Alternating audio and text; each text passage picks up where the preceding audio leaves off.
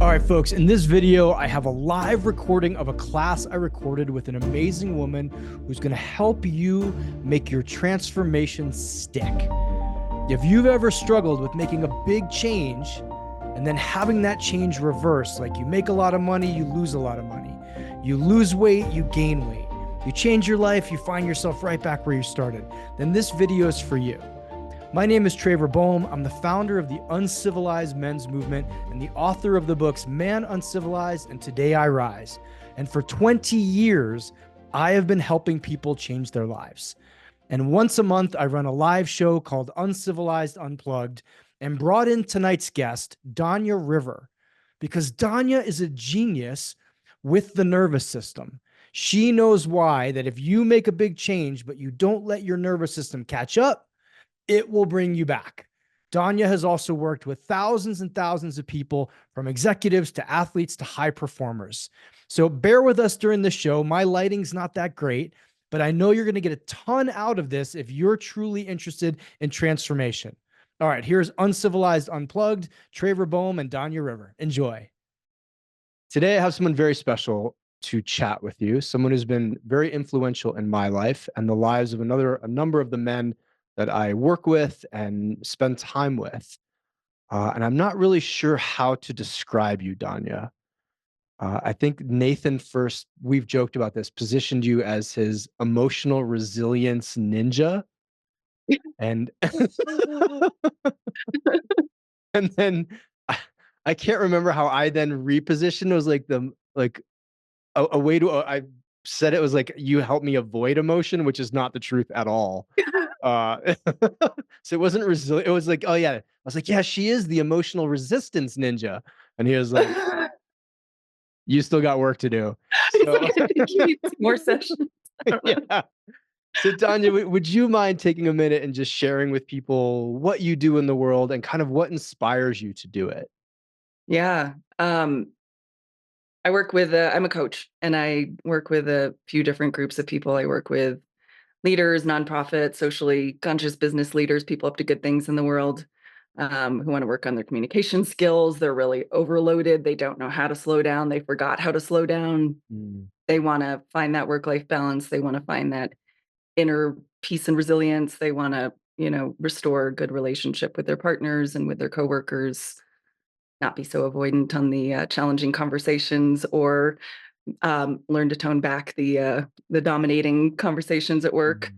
mm, fair. So I'll help those people I work with, people doing big life changes or relationship stuff, and really getting to the core of that nervous system level, like work on all the levels, the Mm, behaviors and the beliefs and the um, actions, but also what's that underlying thing that drives the engine, which we'll talk more about today.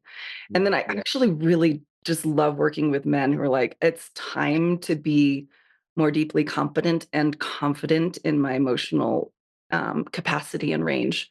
Like, Mm, I don't want to be living like this where I'm super masterful and I get shit done, but I really want that richness of life I know is possible. And I'm ready to be vulnerable enough to explore that and to break down the barriers and that wholehearted living experience. So it's what inspires me to do it. I mean, it's been a lifelong journey for me. I was raised by consciousness teachers, people in people kind of leading in the personal growth movement. So I both was raised in that and was deeply cynical about it and really super resistant because you gotta resist your parents. And I was like, those hippies with their smelly armpits dancing around at their ecstatic dances and talking about their feelings and banging pillows. It was like wanted nothing to do with it. And then in my 20s, I ended up going through some personal growth stuff that was a little more heady at the time, which eventually led me to feeling more, which eventually led me to doing the somatic work. And it's just been an evolution over the last 25 years.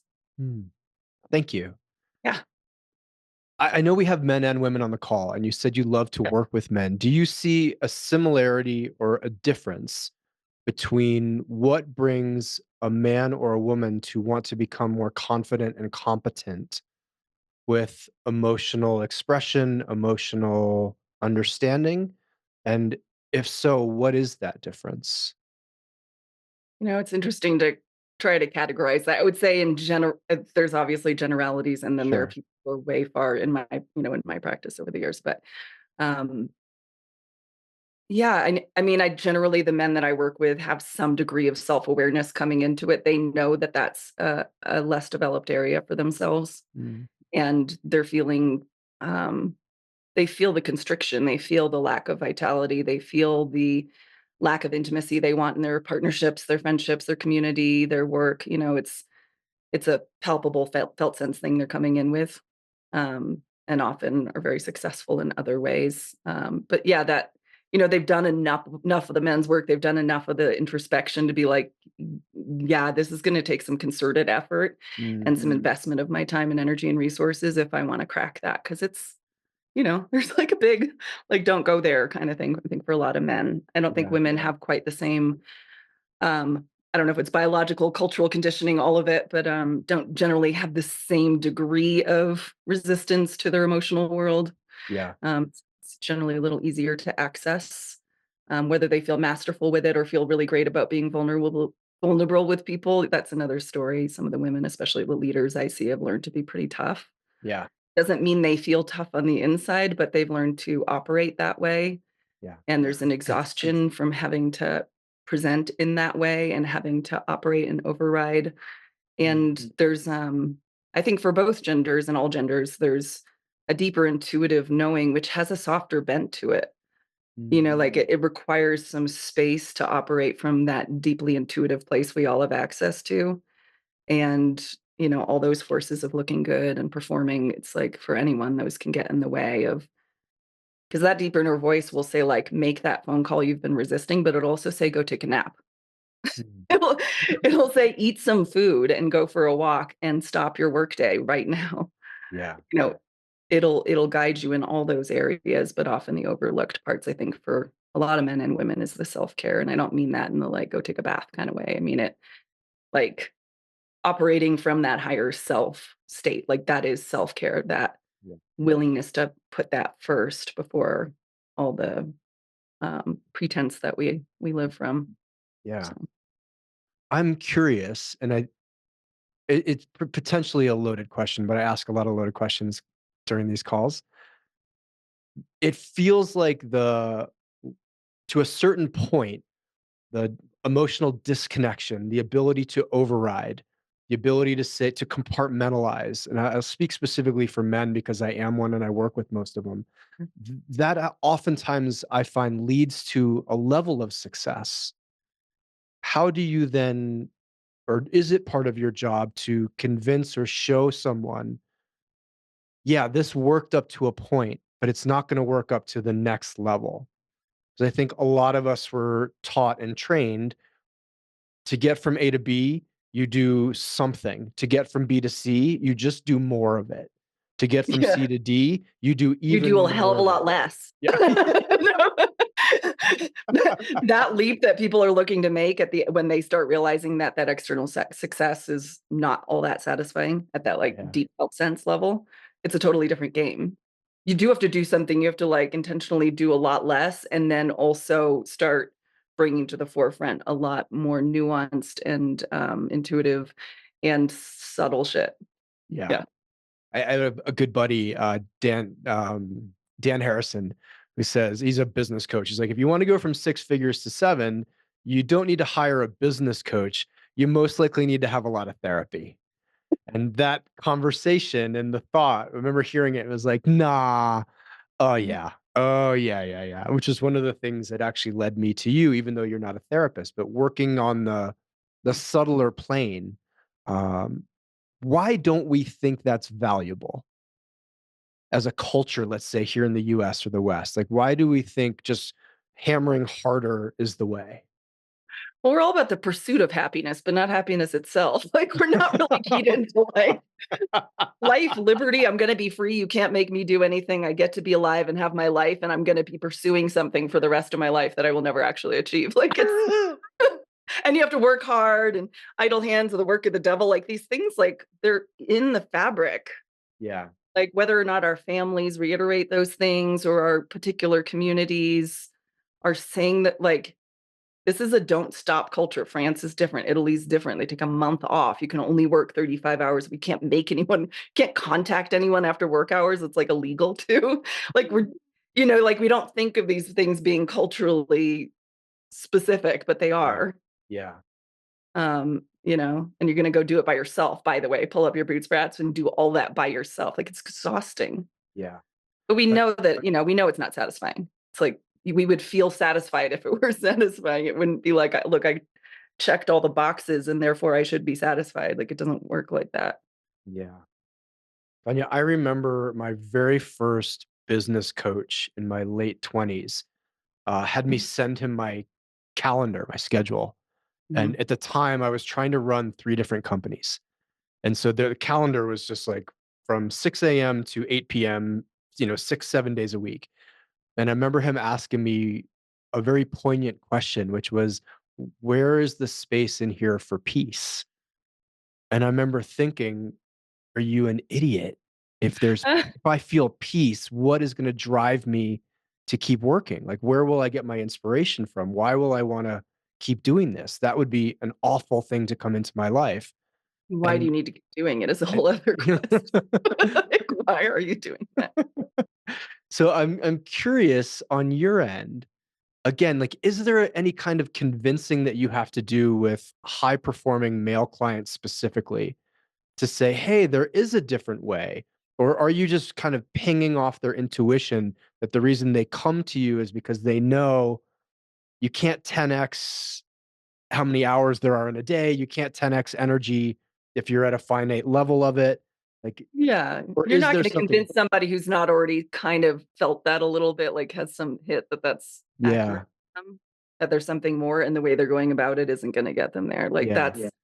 I'm catching them when they're like, "Hmm," and I have no idea how to do it. Like, that's where they are, and there's a surrender process. It's like, okay, they come to someone like me or Right. some process of inner development or emotional development, and they're like, show me. Like, and there is convincing, right? Like we have these parts of ourselves that are no way, like you were talking about, they're no way gonna believe Mm, that slowing down, having peace is A, safe, is B, productive, is gonna make me a good, powerful person who has an impact. And like how do you prove yourself by being a peaceful person? It's like yeah. it's a whole other game. Right. Um, I don't know if I answered that thoroughly, but You did. You did. yeah, Will you talk us through quickly? I understand now that my nervous system runs most things. yeah. And I can sit here and I can do the Tony Robbins look in the mirror and be like, I'm a billionaire, I'm a billionaire, I'm a billionaire, I'm a billionaire. And it's about as effective as me being I've like done those. 6'2" with a full head of hair. I'm 6 foot full with a two head. How's it going? It doesn't, yeah, I'm still working on it. Um, how does the nervous system, what role does the nervous system play? And can we give kind of a nervous system 101 outline for people who are like, wait a minute, the mantra thing isn't all there is? Why do you have to tap into and get us to reorient our nervous system for transformation to stick, for change to take Yeah. place, and for that change to last? I know that's a big Yeah. question. Yeah. Let me take it piece by piece. Okay. So, how many of you, I'll just put a little question out there. How many of you have a place, you've like definitely made like huge ground in certain areas, but you have a place where it's like you keep trying, you keep doing the mantras, you keep doing the workshops, you keep trying to have the breakthroughs, you start taking different actions and then you kind of fall off and the thing isn't going where you're wanting it to go. Like maybe just raising hands. Like it's just not quite, yeah. I think we all do, we all have aspirations and certain areas Yeah. where it's just not going. Um, in those places where the mind shift, the behavioral shift, the just daring courage to take a leap isn't sufficient, there's likely something in your body that's going, no. You're like, yes, yes, and trying to overpower, like, ugh. There's something pulling it back. That's visceral. That's survival energy. Mm, You can say, oh, that's not a big deal, but actually that's making all the decisions. It actually is, or you would be where you wanted to be in these areas. There's something that feels unsafe to your body. Your mm, nervous system is designed to keep you comfortable and keep you alive okay. and keep you in the good graces of the people around you who you rely on for survival. Like that really is. That's why shame comes in. It's like, don't do that. And Mm, it literally feels like dying. Like shame has this like, it inhibits. Oh my God. Woo! What is that? How do I do it again? That was like actual magic. That wasn't Zoom. I'm just gonna tell people like she's so fucking Actual good at magic. what she does. Oh my God, that was delightful. Okay. Yeah, so for those of you who have that area, I want you to think about it for a minute. Notice what changes in the sensations in your body. You Hmm. think about it, and like there's going to be something. What happens to your breath? What happens to the tension in your muscles? Hmm. What happens to the kind of sense of speed in your body? Is it slower? Is it a little more sped up? Do you feel like you're kind of lifting out of your chair? Do you feel like you're kind of getting more heavy and settled? What happens to your mind when you touch into this topic? Does it go faster? Does it slow down? This is all your nervous system having an opinion about what it is you're trying to create. These are the things that are in the way of actually having those transformational experiences in the areas where you feel stuck. And the nervous system operates, you can't convince the nervous system of safety. You have to speak its language. You have to slow down.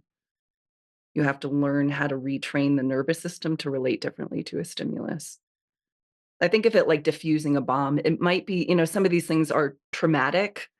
It doesn't, I say trauma very broadly. It's kind of like the big word now. Hmm. Trauma, you could just say like habituated survival responses to certain stimulus.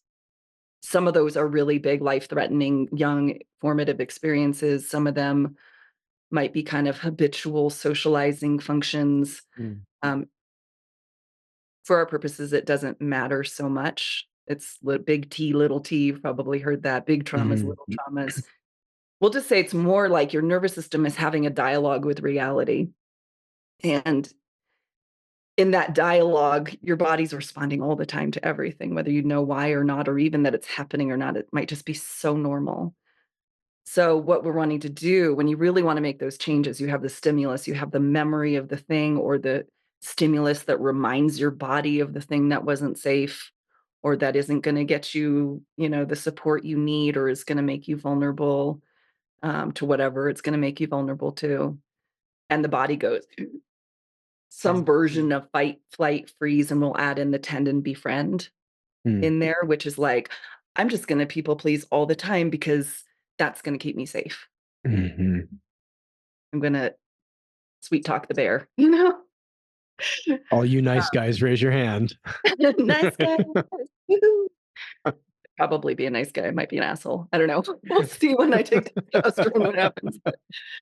Um, anyhow, so yeah, the nervous system is really that is going to be the ultimate decider of what you do Mm. because it's going to keep you safe and it's going to try to keep you comfortable.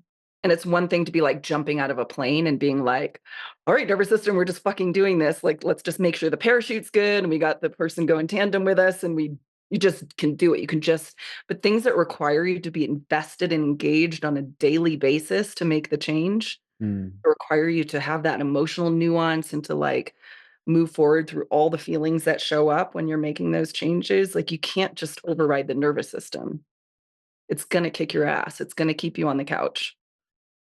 It's going to keep you like distracted and procrastinating or whatever it is, or just taking the wrong steps, putting your faith in the wrong places. Anyhow, I've talked a lot. What's here? I'm loving this. First of all, I think this is the meat of what I wanted to get into. Mhm. So it's doing it simply to keep it has its own concept of what safety is. Yeah. Is it like a meter? Like, oh, I'm getting up to a 7 or an 8. It's like this is too far. Let's dial you down. And I have too many questions, so I'll just ask it that way. Like, is it like someone's breaking into my house? That kind of fight or flight, like, or Yeah, I mean, there's a whole range. So when you look at the nervous system response, you got fight. We'll just use fight, flight, freeze for right now. sure. Um, Fight or freeze is actually like the last ditch effort to stay alive, Mm. to not bleed out. Your blood comes into the center of your body away from your limbs so that if you get bitten, You won't bleed out. It's Mhm. analgesic. It makes sure, like, if you get mauled, you're not going to feel it as much. And if you die, if you're having a deathly blow of some kind, like, you'll go out with Mhm. more ease. And it's designed to help you, like, just survive it. You talk about sexual assault. Mhm. 70%, I think, of women or men in these experiences will go into tonic immobility. Their body just kind of dissociates. Yep, Why you don't fight back. The body's like, the safest thing to do here is just get through it, for and sure. then all that energy can come back. So that's like the pinnacle of the threat response. It might seem like the least activated. It's Mm. actually like the most activated. It's got the brakes all the way on and the gas all the way on. Oh, that's so interesting. The fight and flight are much more gas. That's Mhm. sympathetic activation. So that's if you talk about the nervous system, there's the parasympathetic and the sympathetic. The sympathetic is going to be your fight, flight, active responses. The parasympathetic is rest and digest. We're safe now. Mhm. Mhm. And so your body's doing this all day long, little waves of this just to sit up and stand up. You have to get your blood pressure up. So there's a little sympathetic to do that. And when you sit down, it goes, so these things are happening. And then there's bigger waves and there's smaller waves. And um, let me collect my thought for a moment. So these fight flight, they start, if you think of like a low level flight, it's like a little nervous. Mhm. So that's down on your meter. You might have like a little bit of a nervous response to something. And that moves up towards anxiety. And then it moves towards panic. And then it moves toward dissociation, Mm. which is the freeze. But Mhm. if, any of those ways where it is active, if you can actually get yourself out of the situation, body will go, great, we're safe, Right, relax, right. parasympathetic. If you look at the fight response, you're looking at little irritability, Mm. moving up toward anger, moving up toward rage, Mhm. and then dissociation if you're not successful with that ragey response. Mhm. If you can fight and somehow create a boundary, which that's the energy of boundaries, whether you punch someone in the face or not, like it's the energy of no. Mhm. And it's an active no, it's a pushing out of some kind to Right. create safety. If you're able to engage that successfully or the threat passes, back to parasympathetic, rest and digest. Yeah. So that's kind of the map. And all day long, as you start tuning into your body's responses, when you're on this path of learning how to work skillfully with the nervous system in your change process, you're going to start noticing this little, oh, like from a 0 to 10 on the, excuse me, activation scale, like, oh, that's like a 3. It's a little bit, it's actually way easier to regulate those little ones when you notice them sooner. So Mm. if you get some tools in your back pocket for like, I'm noticing a little of that protective response, what's actually going on? What's feeling threatening? What do I need? Okay, I need this. I'm not speaking a boundary that I need. And you catch it at that like lower level before it gets ragey. Yeah. You can address that. So, a lot of the work I do will be give people tools to be able to, not spike all the way up, not dissociate, not rage, not have panic attacks. They can Mm. use those things from their body to start addressing things skillfully sooner. Super helpful. Thank you. Yeah. I'd love if we can perhaps map this now, not onto like not onto someone's breaking into my house, but Yeah. onto a more like sort of daily example of I have a lot of people come to workshops. They make a big decision. Hey, I'm going to quit my job, write the book, start the business. Right. And then you're like, amazing, that's so good. And they've mapped it out and they've dreamed it out and it's all ready to go. And then check in with them a month later. It's like, man, I just came home and I crashed and Mm. I started writing the book. And then I just said, you know what? Fuck it. And I went back to my job. And so I'm curious in that zone, Yeah. what's happening? Is it the same fear just drawn out over a longer period of time where I'm not worried about the actual acute thing of someone breaking into my house, but I'm actually worried about being ostracized from my community, being the Right. black sheep in the family. Us Yeah. bohms don't do that. So like that, Yeah. and then I'm not going to get invited to Christmas anymore. Can you kind of walk us through a more, not a business example, but like the transformation that a lot of people would be wanting to make on this call would be a leap in income, a change in body composition that lasts, a relational shift in depth of intimacy or something like that. Yeah. So to answer that, I'd have to simplify a lot of things, right? Okay. Like, you're talking about a whole social attachment, neurological, ego, identity, nexus of things. There's a lot going on. And then like we're creatures of habit, right? This is what I know how to do. I don't know how to do that. Like we like comfort, we like things we know. It's like, where do I even start? You're building actual new skills. Like, how do I write a book? I don't know, like, okay. I don't even have the inner resources to know where to start with that process. So you're talking about a lot of different things. Um, Let me see if there's like a piece like I can kind of pull out of that Yeah. helpful to spotlight. It's, I mean, at that really core level, if you know what's going on with your body, you'll get access to a compass. Mm.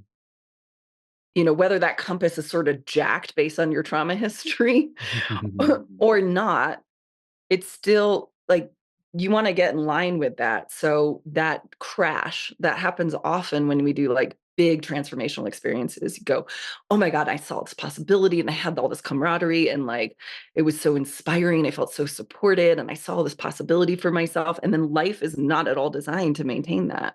Mm. And there's often this crash because it's like, wow, my reality is here and I want to be over there. And just because I saw it's possible and I felt it was possible for a moment, like there's a lot. What do we got here? Um, Maybe you can take a look at that and Sure. reflect it back to me in a minute. Um, yeah, there's like this big giant gap. And we are all capable of those like wholly empowered states. And yes, we can do anything. Like I believe that at some level we all can, whether or not we will engage in the way that is needed to pull that off. Hmm. Yes, we can do anything. And that's what becomes possible in those moments. Becomes visceral. Your Yeah. body gets it. Hmm. And then your body has a set point from which you've lived your life every day since you were little and grew and grew and grew and all these adaptations to the circumstances around you and your own capacities and how you were responded to.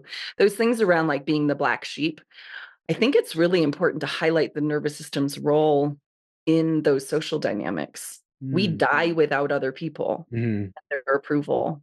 For We sure. literally die. Like we have shows that are like a person trying to survive in the wilderness and they mostly like tap out, like they're like done. I can't. Like it's not practical for me to do this. And these are like people who have trained for it and they've spent their whole lives doing like tracking schools and shit. Like the rest of us, I would not, I mean, dude, I would die so quick. But, it highlights the incredible importance of people in our lives. You Mm. cannot afford to alienate people. At that, like, deep animal level, you cannot afford to be the black sheep to the extent that people won't feed you and protect you, For sure. have sex with you and procreate with you. Like, Right. our body's not gonna do that. It's not gonna let us. Right. And so but again, that's nervous system. Because there's a lot more leeway than we probably think. Our relationships may be a lot more flexible than we think, but we're going to opt for this side where we just totally suppress and don't test it out because it Mm. feels like that.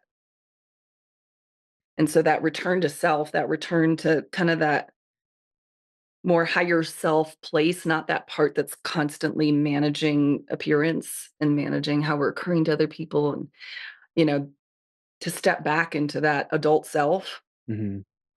And then like, okay, 2%. Like that's kind of a good nervous system tool. Like, could I relax my shoulders 2%? Mm. Could I feel that grief 2%? Hmm. Because we avoid those big things because they're overwhelming. For sure. So I just 2%. And then something else gets to happen, or can I take a little risk? Mm.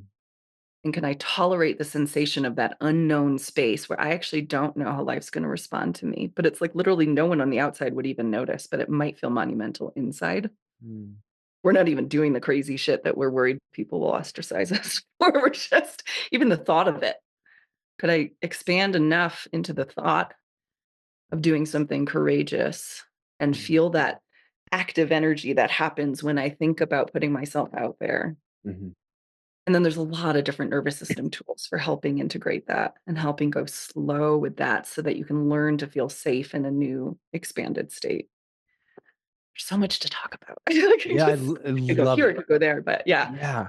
I think I'm curious, someone asked a question about unconscious versus subconscious, but I'm really curious, is your work then and our work in transformation to only push our needle as far as it will, to stay in that safety zone, or to go, okay, I'm here and now I'm going to readjust to safety. Like my system now feels safe. I've gone the 2%, feel safe. That's the new normal. Go Yeah. 2% more. Don't quite feel safe. Back off one. Like, is it? I don't want I've to ask an obtuse question, but I've is heard it? like moving at the speed of safety. Yeah, is that the case? But there's Does like that there's make this me idea of crazy? safety, like the precious kind of safety, like to be so safe. Sometimes you can really push yourself and you find a whole new expanded experience of yourself. Sure. So it's not like you have to be uber precious about it. Right. But if you're running up against the same thing, your body's asking you to slow down and see what's really going on. Could you say a little more about that if you're running into the Yeah. same So if you thing? find you're running up against the same threshold, you want this thing, but you keep stopping here. And you Mm, have a million reasons for it. I'm busy, like I got distracted or my kids or what, like mhm, whatever the thing is, I just didn't have time. mm, There's a whole million reasons like we don't go where that body is like, uh. mhm. So if you're running up against that, there's probably a deeper look and you might need to really slow down. But slowing down is speeding up because you're taking your foundation with you. Because Yeah. either sometimes it's like you're leaning so far over your foundation, which is like over here, that it's like it goes back. Right. There's no ground under you to be like, I can stand here and I can stabilize it and I can handle it. I'm resilient enough for the intensity and the amount of energy that's moving through me as I step into my leadership or my power or this new Mm, era of my life and this new career or whatever that is. yeah.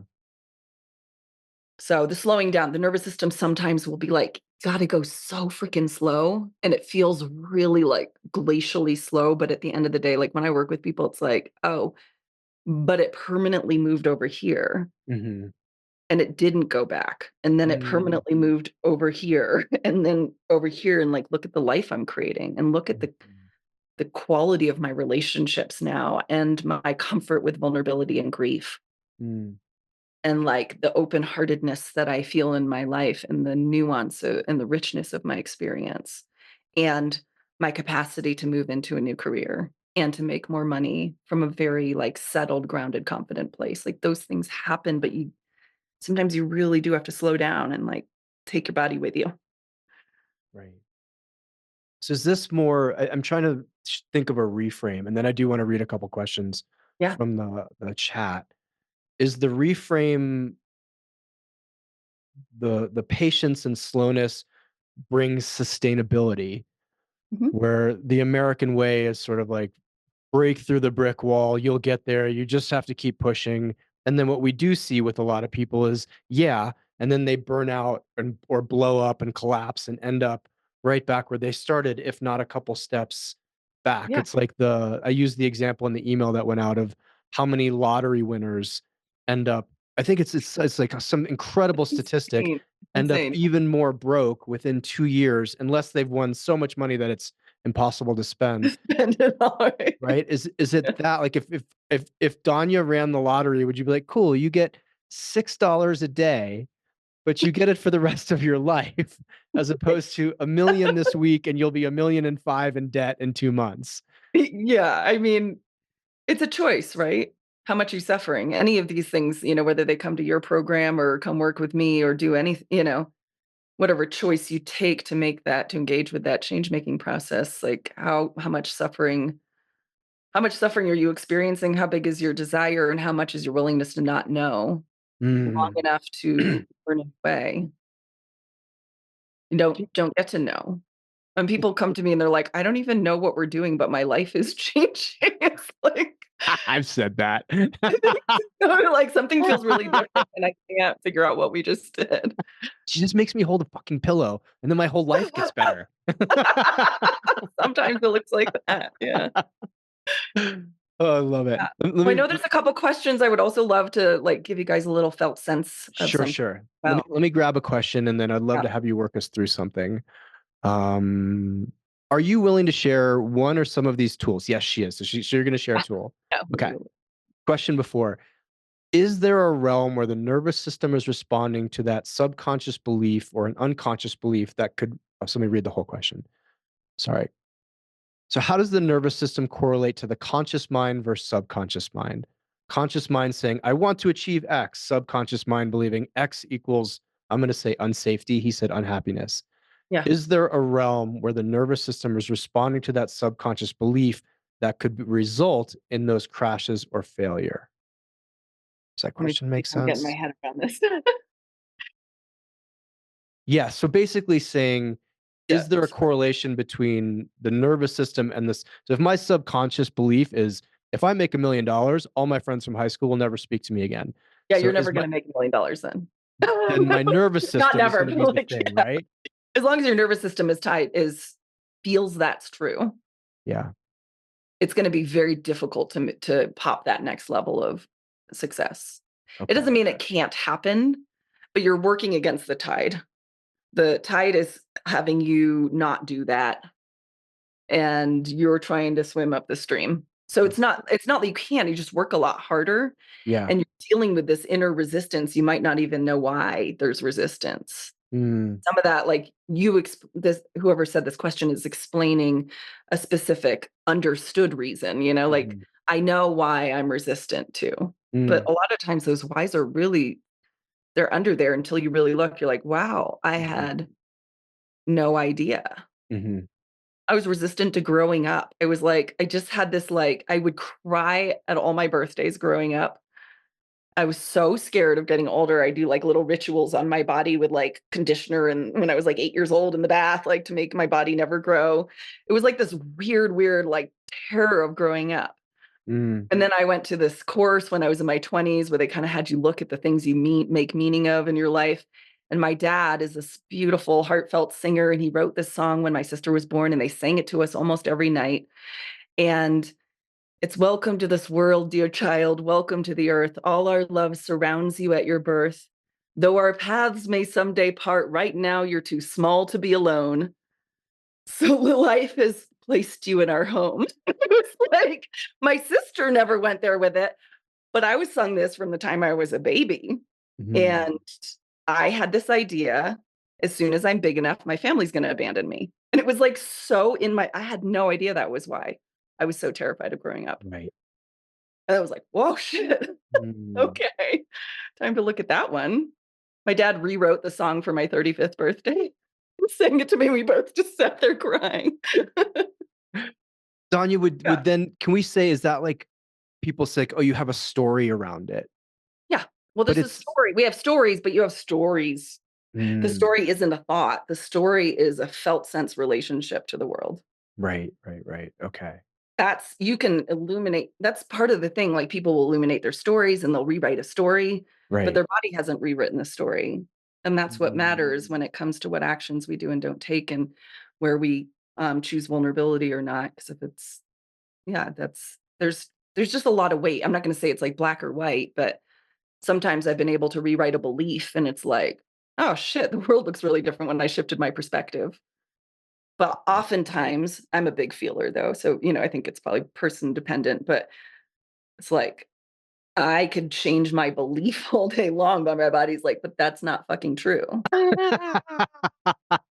I don't believe it. Like, that's a nice perspective that somebody else might believe. And that's why affirmations don't work, like, sometimes they do, but a lot of times it's like, "I am da da da da da," and your body's like, that's cute," Yeah, you you ain't know? 6'5" with a full head of hair, bro, is what I hear every Exactly. morning in the Like, have mirror. fun. Yeah. And sometimes they really do work, but that's usually because you can get your whole self aligned behind it. It Mm, feels reachable enough, and it's not catching your threat system enough for it to feel implausible. Like you can actually stand and be like, I am a peaceful, powerful person, mhm, and I can actually like get that in my mm, body. mhm. And sometimes you know Yeah. um would you say keep moving? Would you say you can keep moving that 2% and have the glacial movement even through a certain major threshold? Are there certain thresholds that require a much larger push to move forward, where that 2% or a slow push isn't enough, when it may take that skydiving leap or big transformational shift? That's so individual. It's so, Yeah. like, circumstance by circumstance, nervous system by nervous system. Mm, Often the biggest challenges require going even slower because those big things that feel so threatening, your system's in high alert. There's often, there could be complex trauma there. There could be like really young stuff that's like very survival oriented. So often the bigger the thing, the slower you need to go. But I don't, it feels slow while you're working on it. I would say the real life unfolding of it isn't that slow. I've mm, seen people make enormous actual changes in short periods of time, but it's it's slow in that internal sense, like, the internal often with our we're trying to, like, drive the personal growth, we're trying to make the transformation happen, it's gonna feel like I'm looking at the molecules of my body and then my soul, and, like, it's slow like that, like, you go way, way, way in, and you breathe mm, space into everything, and you get this whole way of experiencing and looking at your experience that's so slowed down. It's not fast, it's not driving, it's not you don't have some big agenda for it, mhm, really just mm, unpacking. mm. And the actual changes can happen pretty fast. Yeah, You gotta be so gentle when you got those big things, you wanna slow down even more, it's and so that will get you there interesting. faster. Yeah. This is a odd example, but what popped in my head just now, and then I'd love to have you work us through something, is the first time I took a CrossFit class, the Mhm, guy running the gym was like, "You'll probably be in the best shape of your life within 2 or 3 years." mhm, And in my head, I was like, "That's forever. 2 or 3 years? Are you insane? Like, that's crazy. I'm 28 years old. Like, this I have to be in my 30s?" And, 3 years later, it was true. But mhm. how many hours and hours and hours and hours of training and how that changed my diet and how the people I hung out with and that I stopped drinking and all of these major things over the course of those 3 years where I've had so many people show up on my door and be like, "Hey, I have this thing I need to work on, and I'd love it to be gone in 3 weeks." And you're like, "You've had Well, this pattern for 45 years? Okay. Yeah, yeah. slow down." But then I showed up to your house and was like, But here's the thing, they always say, like, the joy's in the journey, it's not in the destination, but really it actually is. Because "True. this idea we're, like, driving, I'm gonna get the $1,000,000 and then I'm gonna feel the way I wanna feel. It's Yeah, like, when you make that little like, every week or every time I talk to a client, it's like, "What are you celebrating?" It's like these tiny successes, right, But it's like, "Wow, that was different. right." That feels foundationally different than how I used to respond in this circumstance." And the circumstance might be like I ran into an ex at a, coffee shop. Mhm. Or it might be somebody was friendly towards me, and I'm usually, like, suspicious of friendly people, but I was actually curious about them. Right, Like, the journey is so rewarding, right. and not as a cliche, it really is because it feels different. You're Mm, feeling that way that you wanted to feel, which is, like, capable, engaged, successful, like, confident, like, curious, yeah, and you're feeling at each step, and so, really, the destination is just, like, one more marker, but if you're there right. every minute, it's so satisfying. Yeah, I love that tease out. It's when guys come to me and say, "I usually would have reacted this way, and I didn't." Yeah, Like, that is a monumental shift. it is. Monumental. I don't care how much money you make, I don't care how much weight you lost, but, like, that right there is a monumental shift. Donnie, would Yeah, you mind working us through something? I would love to. Let me see. Okay. We don't have a ton of time, so I'm gonna see what I can do. It's sweet and gets in there for us.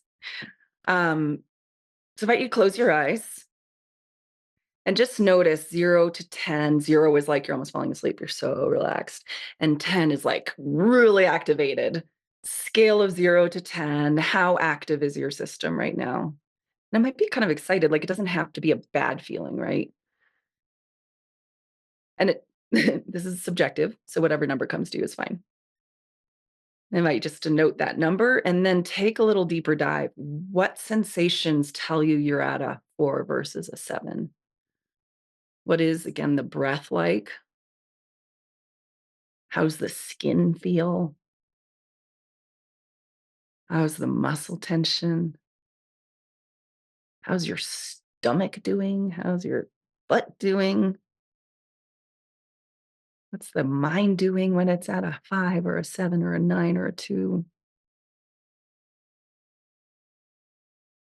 How small or how spacious do you feel? You might notice even just by noticing the sensations that it shifts, it may or may not. And then I'm gonna have you look around your room, wherever you are, and just let your eyes lead, head and neck follow. You're just to notice something in your space that you enjoy. Anything about it. It might just be like the texture of it's kind of cool, or there's a cool shadow happening, or it might be something you really are pleased with, is meaning to you. And then as if your eyes were like permeable, just make them kind of soft. Notice how your body is responding to the thing you like. What changes in the breath, if anything? What changes in the musculature? What changes in the stomach and the weightedness or lift upness of your body as you're looking? And then if you just kind of note the number, again, it might be same, might be a little different.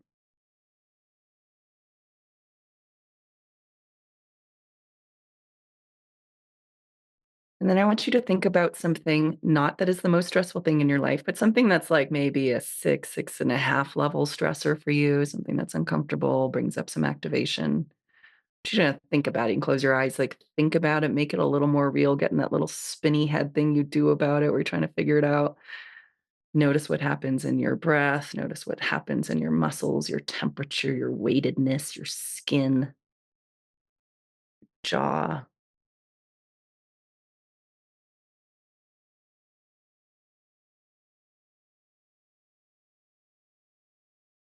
What happens to that number?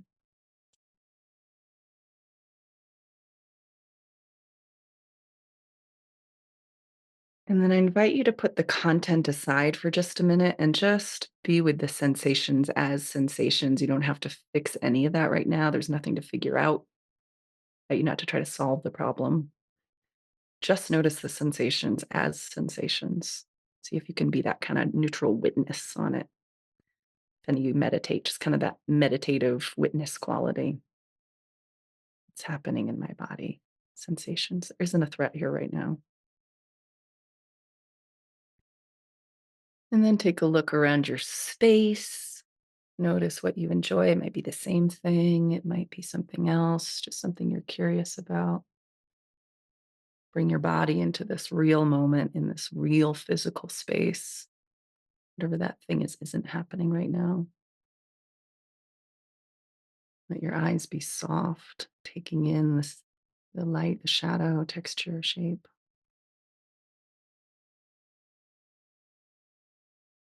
And just noticing how the sensations may shift and the number may shift as you bring your attention back to real life, safety of whatever space you're in actually right now.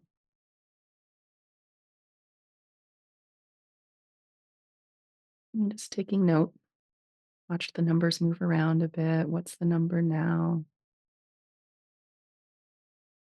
Just slowing down 2% from wherever you find yourself. Slow down 2% more. That's it. Just a touch. Breathe into that extra 2% space. Point is not to come out of this perfectly rested and relaxed. It's just to observe. Nervous system did something.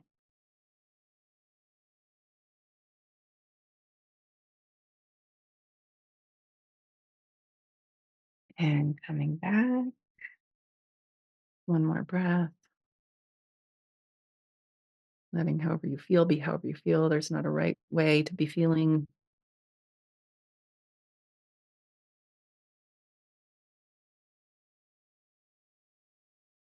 And if anyone wants to share, you, Traver, or if any other brave soul out there wants to share a little bit about what they noticed, be happy to receive it. Yeah, I'd love to hear from someone in the audience. So you can just raise your Zoom hand. There you go. Let's go, Carlton. Carlton.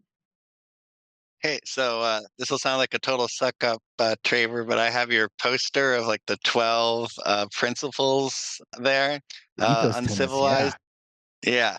And I'd never like, I realized I was like, oh, I really like the colors on it because I'd never thought about the colors before.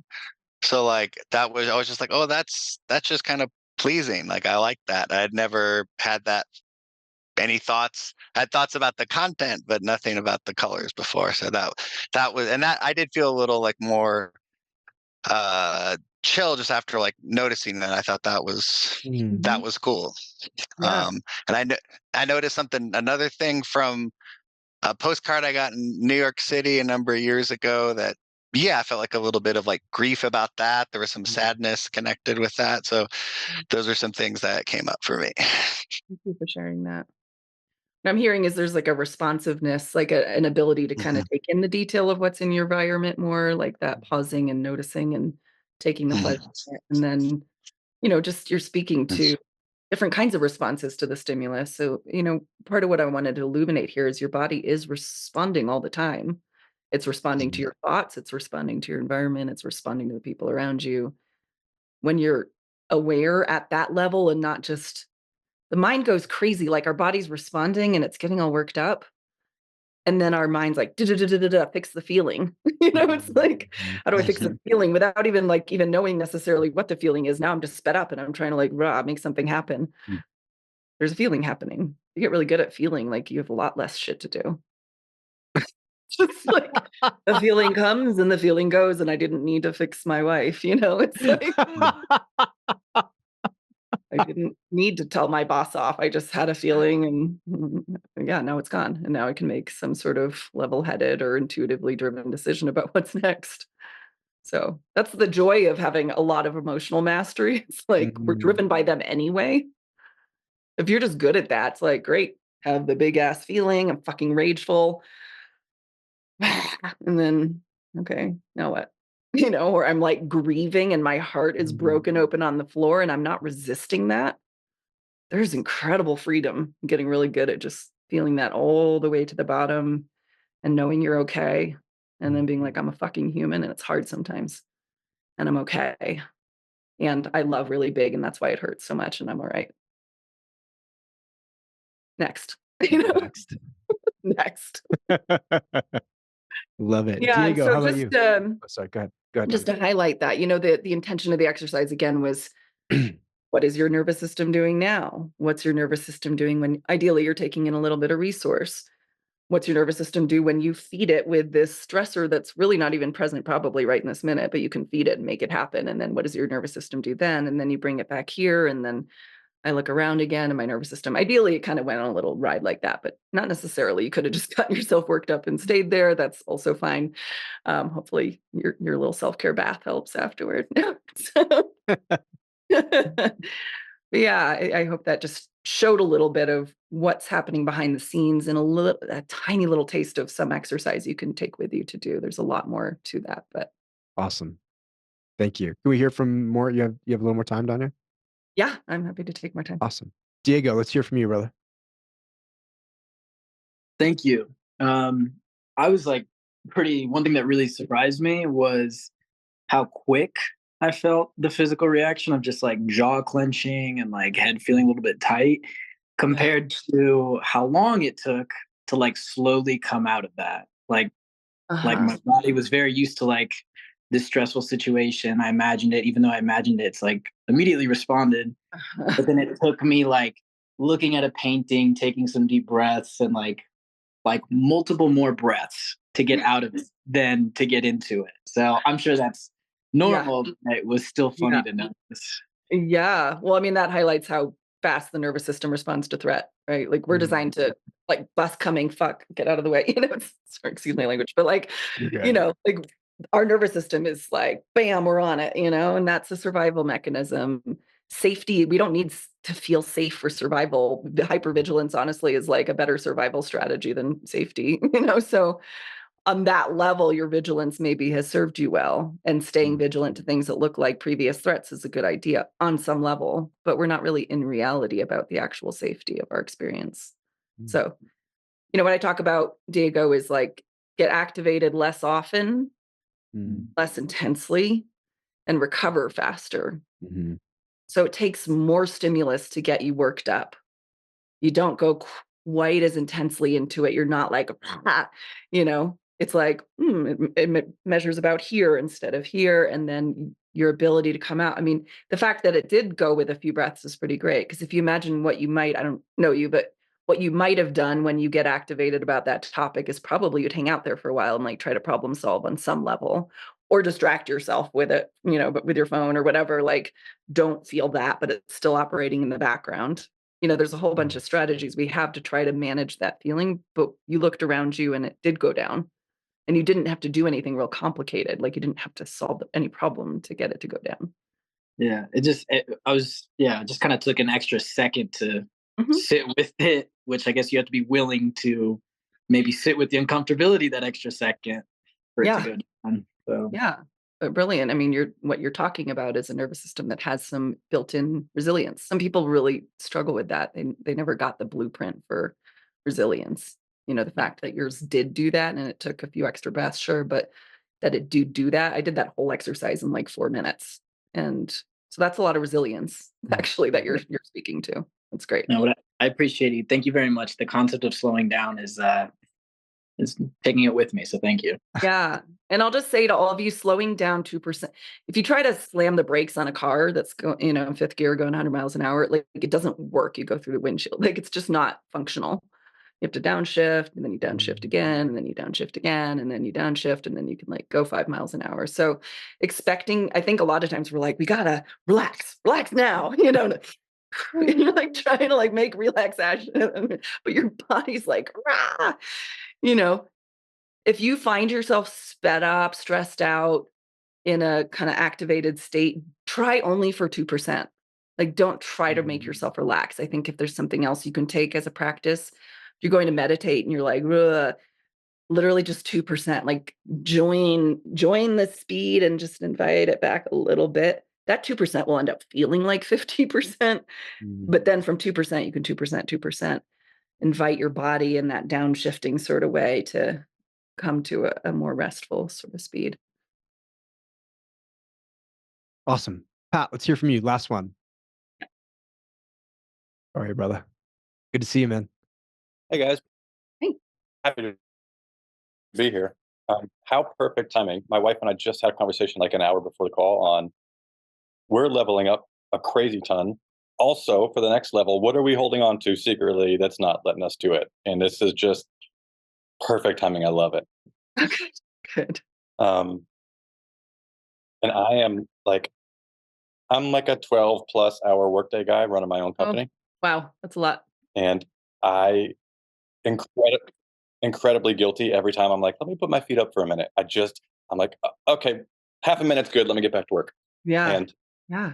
like, I feel this pressure all day that if I stop working for a single minute, I'm going to die. And yeah, that's good to know. I love the exercise. I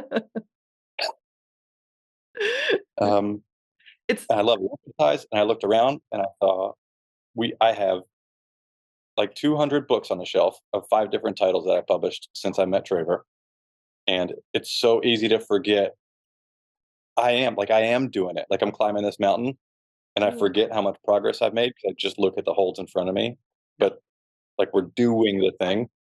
You're doing and it. For some reason, it's hard to take those wins and to like breathe on them for a minute. Yeah. Because as soon as I do, I'm like, okay, next. And it's just nonstop up. And it's exhausting sometimes. So I would say for you and for all of you, it's way easier to intervene and create that little moment of slowing down when you're here on the activation scale versus here. So if you were to take like literally 30 seconds every hour, like that short, and just look around your space, notice the number, enjoy something for a moment. You don't need to put your feet up if it's too threatening, but like just just look around, notice the number, go back to your work. You can just have that more sustained energy through the day. Your body needs that, it needs that fuel of those little micro resets. And so it doesn't have to be like, oh, I'm going to go for a 45-minute walk. Your body's at this moment, like, that's too threatening. Got shit to do. So see if you can sneak it in there in a way that your body isn't like, I can't afford to. Yeah. Microdosing. I like it. Yeah. Yeah, there you go. Yes. Microdosing rest. There you go. For all of us, is welcome to America. I love that. Perfect. That's perfect. Awesome. Thanks, Pat. Danya, thanks so much for joining us. For people who want to work with you, find you, engage with this more, where can we send them? Yeah, danyariver.com. It's DANYA river.com. You can reach out to me. I do a free consult. I'm available by Zoom. I'm now seeing people in person again in Boulder, Colorado. If you're interested, would love to connect with you. In-person work's really juicy and fun and goes deep. So yeah, if you have any questions, feel free to reach out on the forum on my website. Happy to answer them. And if you want to connect and explore working together, we can do that too. And really appreciate you, Traver. You're such a gem. You're a joy and huge gift to this community. Yeah. Thank you. Yeah. Folks, thanks for joining. This has been an amazing episode. Love having you on. We look forward to more. Have a great rest of your night. Take care, everybody. Bye. Thanks, Danya.